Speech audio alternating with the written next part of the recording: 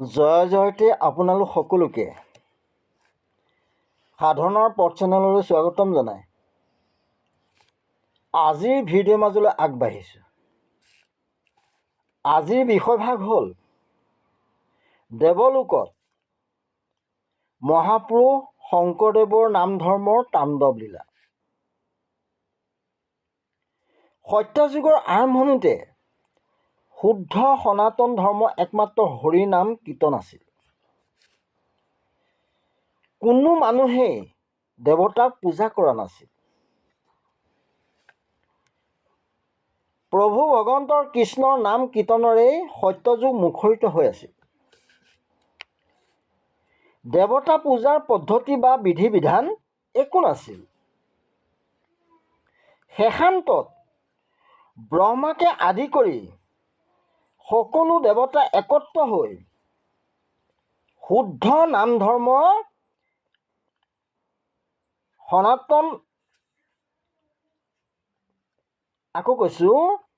শেষান্তত ব্ৰহ্মাকে আদি কৰি সকলো দেৱতা একত্ৰ হৈ শুদ্ধ সনাতন নাম ধৰ্মক ঢাকন দি অৰ্থাৎ হৰি নাম নাইকিয়া কৰি দেৱতাই অনেক পূজা খোৱা উপায় উলিয়াই ল'লে। ঋষিমুনিসকলেও নানা দেৱতাৰ নানা পূজাৰ বিধি বিধান লিখি পেলালে।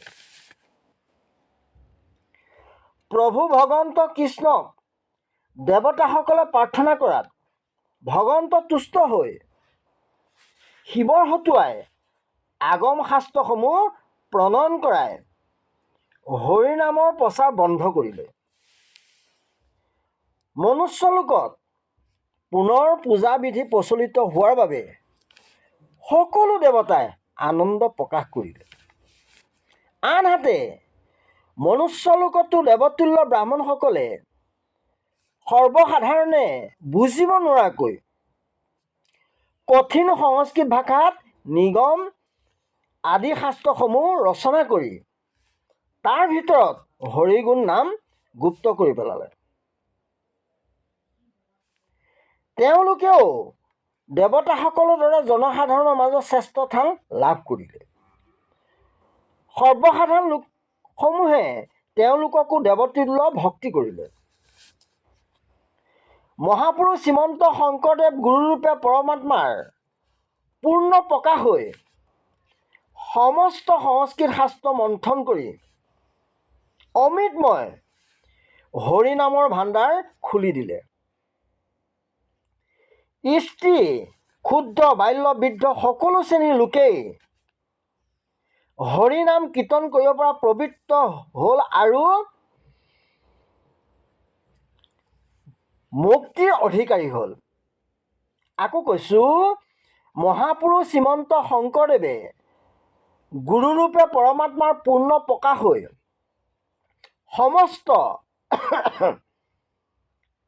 সংস্কৃত শাস্ত্ৰ মন্থন কৰি অমৃতময় হৰিনামৰ ভাণ্ডাৰ খুলি দিলে।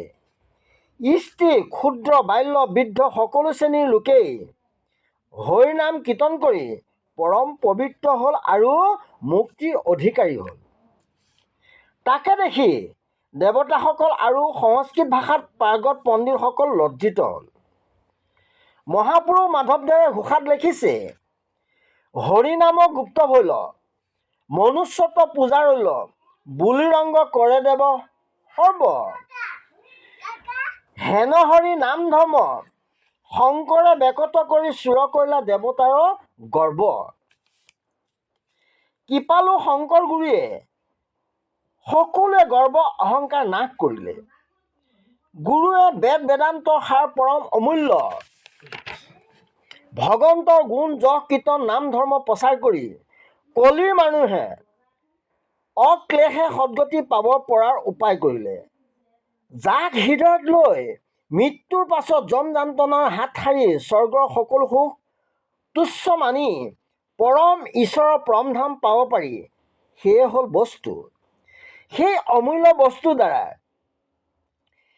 কৃষ্ণগুৰুৰ অভেদতো গুৰুৰ শিষ্যৰ তন্ময়তা শৰণ সংগ ভজন ভক্তি আৰু গুৰুৰ উপদেশে সহায়ত অন্তৰ আত্মাক চিনিব পৰা আৰু অন্তৰত ভক্তি প্ৰদীপ জ্বলাই ব্ৰহ্মবিৰাটৰ সকলো আৰু ক্ষুদ্ৰ বিৰাটৰ অৰ্থাৎ নিজ দেহৰ ভিতৰত পাব পৰা দিব্য জ্ঞানেই বস্তু প্ৰকাশ।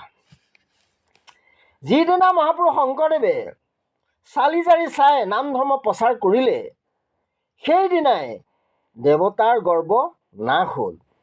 তাৰ লগতে ঋষি মুনি